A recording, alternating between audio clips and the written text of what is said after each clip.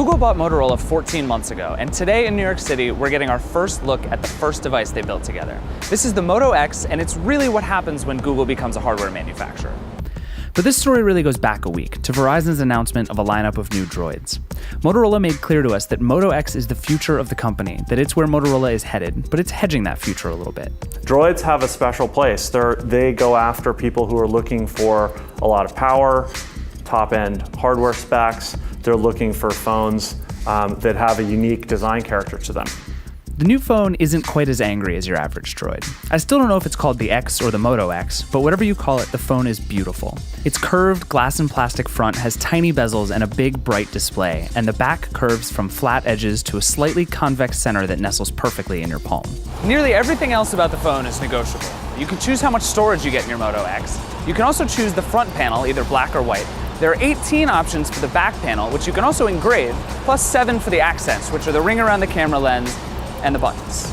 The colors look and feel different, from a woven black to a matte and rubbery gray. And if you don't like the one you pick, just send it back within 2 weeks and get another. Assembling phones to order like this is complicated and it takes time. So Motorola moved its operations to Fort Worth, Texas, in a huge factory where it assembles all its phones. We realized that it was really critical to be able to deliver phones to people in less than 5 days. And so that's why we moved manufacturing. We took all of our supply chain and we made it based in Fort Worth. And there's approximately 2,000 employees that put the phones together. It's a complicated assembly process. And they're working at our partner Flextronics, who we do our manufacturing with. We also, of course, have most of our designers, engineers, most of our employees at Motorola are in America as well. And so putting our manufacturing close to our engineering is a really, really nice feedback loop for us. Buyers get to help decide what their phone looks like, but the specs themselves are left up to Google and Motorola. The two companies made a big bet. They essentially built a mid-range phone. It has a 4.7-inch 720p OLED screen in an era of 5-inch 1080p panels. And we had a lot of debates about what the density of display, 1080 versus 720, what the right size is.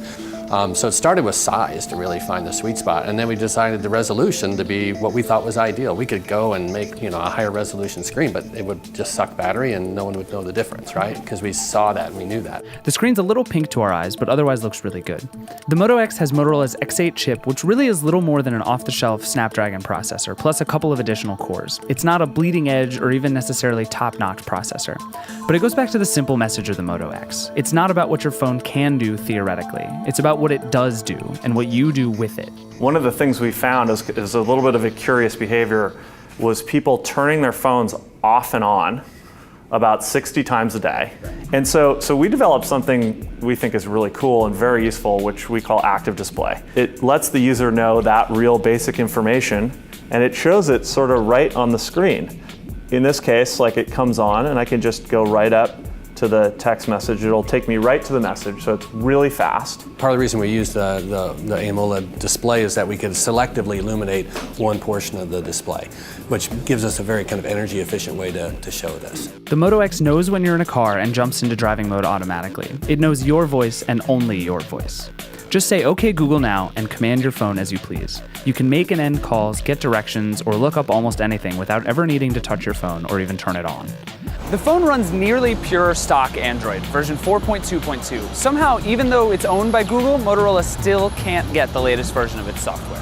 There is a clear separation between Motorola and Android, but we also, of course, have quite a bit of Google influence. It doesn't help us per se upgrade any faster. There's no difference in operation there than any other OEM. But our strategy does, Motorola's strategy does, which is to remove a lot of the customizations that have plagued Android phones for a long time and really just focus right on the core Android user experience, which we think has evolved to a great place. It has unlocked an opportunity for us to pursue a path that before we thought about, but really wasn't really going to work for us at Motorola, given what our products were and what we stood for. It allowed us to design in a different way.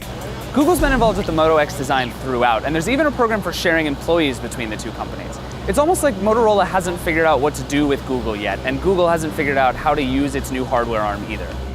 It may not be a Google Play Edition phone, unlocked and an Android purist's dream, but the Moto X is fast, smooth, and powerful. The only thing that didn't work very well was the quick launch camera. You wiggle your wrist like you're jimmying a lock, and it'll jump straight to the camera no matter what it was doing before. It's great, it just doesn't always work.